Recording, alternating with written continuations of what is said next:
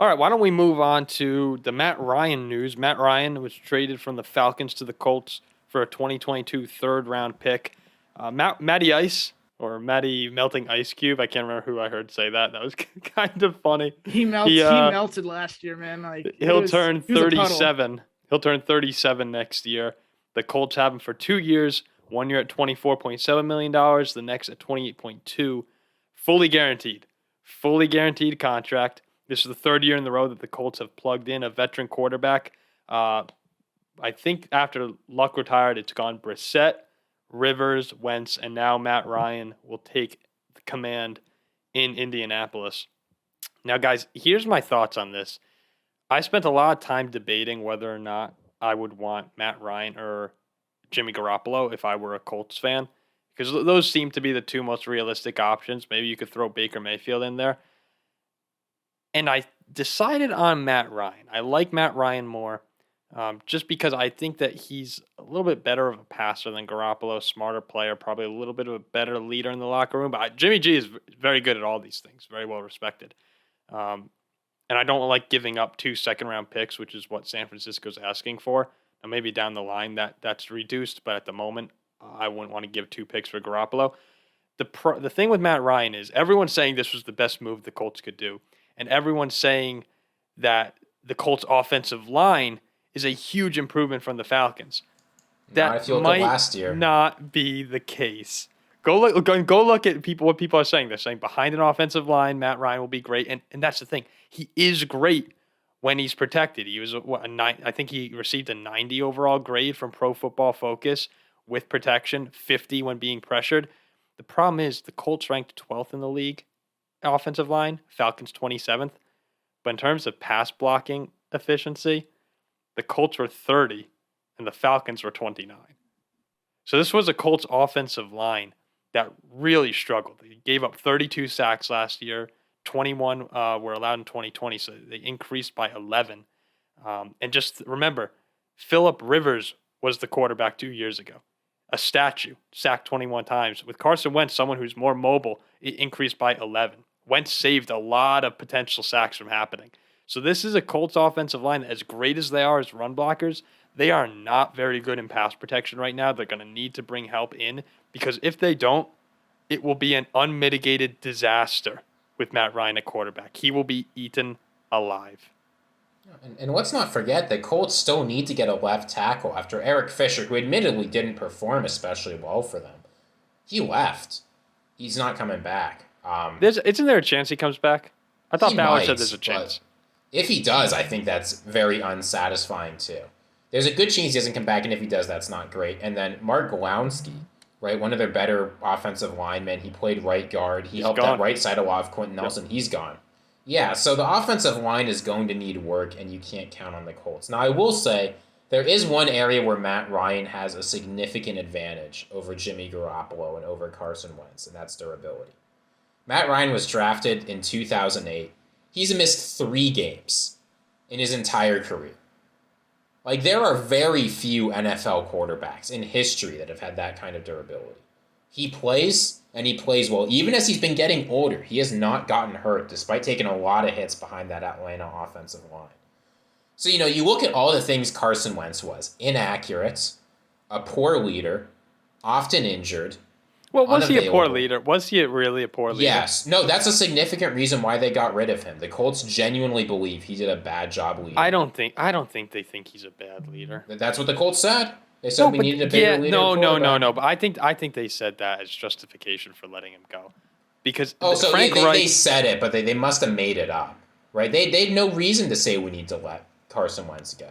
If they liked him as a leader, they could have kept him. Look, Frank Reich knew Carson Wentz beforehand. If Frank Reich would have known if he was a good or a bad leader, there's no doubt in my mind that when they brought him in, Frank Reich was of the opinion this guy's a good leader.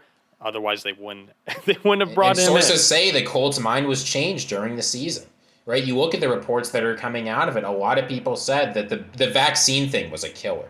The fact that he wouldn't get vaccinated made a lot of people think he was a bad leader. But this is coming from an organization with an impatient owner, a coach who's going to be on the hot seat. I mean, when you all of a sudden have fire under your ass, you start to say some things you might not actually believe.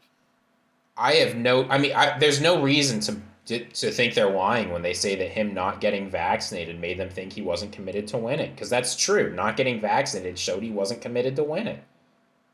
And it caused him to miss games, important games, critical games. That's not necessarily true, though. I mean, that was his stance. I mean, I know we're not an NBA podcast, but if you look at Kyrie, it's not like he doesn't want to win. He just believes in something. Like, if we're talking about the vaccine right now. Kyrie's number one goal is not winning. If his number one goal were winning, he'd take the vaccine. That's just true. That's not necessarily true, though. Sometimes you believe in a stance. And that stance is more important to him than winning basketball games. He does want to win, though, because when he plays, he performs at a very high level. No. So the question is, you're an owner of a sports team. Yes. Your goal is to win games. Mm-hmm. You want to bring in employees, and you want to bring in players whose number one goal is to win games. And you'll see the Nets are frustrated with Kyrie for this exact reason. His number one goal is not winning games. I'm not saying that's good or bad, but Matt Ryan's number one goal is winning football games. Mm-hmm. Carson Wentz's number one goal is Bible study. Yeah, but you can't say that I Carson love Bible study. I go to a lot of Bible studies. You can't say Carson Wentz not winning. Doesn't want to win, though. He doesn't want to win as much as Matt Ryan. I mean, the question now is Matt Ryan going to perform? I mean, last year, they had 27th ranked O-line or something at the end of the season. Yeah. He had under 4,000 yards for the first time in 10 years, 20 touchdowns, 12 interceptions. And granted, I mean, Calvin Ridley had his issues. He wasn't there for the season. They didn't have a run game. Kyle Pitts didn't really do great. He was always being overthrown. Pitts was good, but he didn't. He was always being overthrown in the end zone, though. He was a rookie tight end. Mike, I know. That was more of Matt Ryan's fault, though. I know Michael does not like Matt Ryan anymore. No, but the thing is, I think he'll perform a little better only because Jonathan Taylor's in the backfield. If you protect him, that will take away a lot of the pressure. If you protect him, this is a Colts team that'll compete for the AFC South. Like, I think it's that critical that they shore up this offensive line. Matt Ryan can't move. He's like Rivers was. He's like Kirk Cousins is now. If there's pressure, he's going to go down. And with the way the Colts offensive line performed this past season, that he won't last a second. He will be demolished. But with $15 million available in cap space, they have room to do they were able to get. They have room to make moves. They were able to get it together for Phillip Rivers. I'm hopeful they'll be able to do the same for Matt Ryan. And look, if it works out, they make the playoffs. That's good. If it doesn't work out, they don't make the playoffs. Next year's a much better quarterback class. They'll have a bounty of picks from, for instance, this Washington Commanders trade. They'll have a couple thirds they can move. Like, they'll have the ability to move up into the draft if they need to get a better quarterback. I think it's a wide range for this team, though. I can see their floor being around 7 or 8 wins, and their ceiling, there's a world where they could win 12 or 13. They could win 12 or 13. They could go on a deep playoff run. The question is, will the defense and the offensive line return to the 2020 form? Because those were critical components of the success of Phillip Rivers. And the defense and offensive line both regressed. I think they will. And I think that if they can, Matt Ryan is the exact kind of person you want to take advantage of that.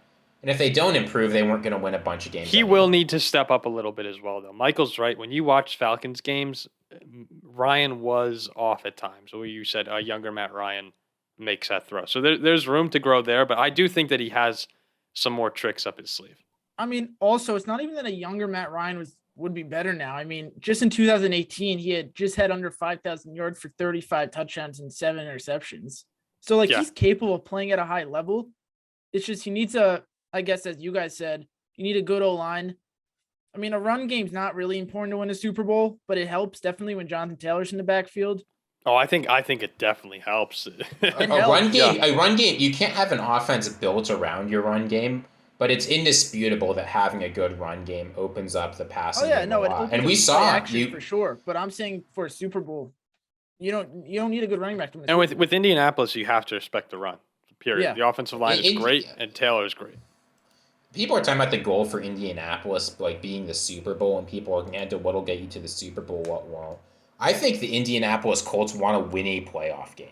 I think if they win a playoff game, why don't we start with winning the division? Why don't we win the division? I'm not sure they'll win the division, but I'm more confident. I think they have a better chance of winning a playoff game than winning the division. I'm going to be honest. Look, I don't know if you get in, Ziggy. I don't know if you get in right now. You have to deal with either the Browns or Ravens competing for a playoff spot, and the Bengals. You have to compete with two of those three. Then you have to compete with, let's say the Chiefs win the West, the Chargers, the Raiders, and the Broncos. That's 5 teams right there for 3 spots. Like I think they have a better chance of winning the AFC South than they do getting a wild card berth this year. It'll be interesting to see.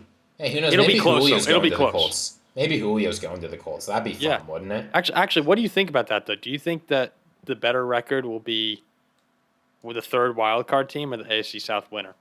It's got to be the South winner. It's got to be the South winner. Because the thing you have to keep in mind is when we talk about the AFC West, there's going to be a lot of teams competing, but all those teams are going to get, particularly this year, bad records. Yeah, in some sense, because they've got 6 games against top 10 teams in the NFL. Then they got 4 games against the NFC West, 3 of whom will be playoff contenders. So that's 9 games right there against probably top 10, top 12 teams in the NFL. And you lose a lot of games like that. Yeah, so let's say a wild card is probably 10 wins, roughly. 9 gives you a chance. I think 10 locks it. And then, so we're saying the Titans will probably win 10 or 11 games next year. Unless Derrick Henry gets hurt. But we'll see, yeah. So that'll be close. But it's the AFC is tough right now. And it's not a bad move from the Colts because you have to stay competitive. You need to find some way to stay competitive.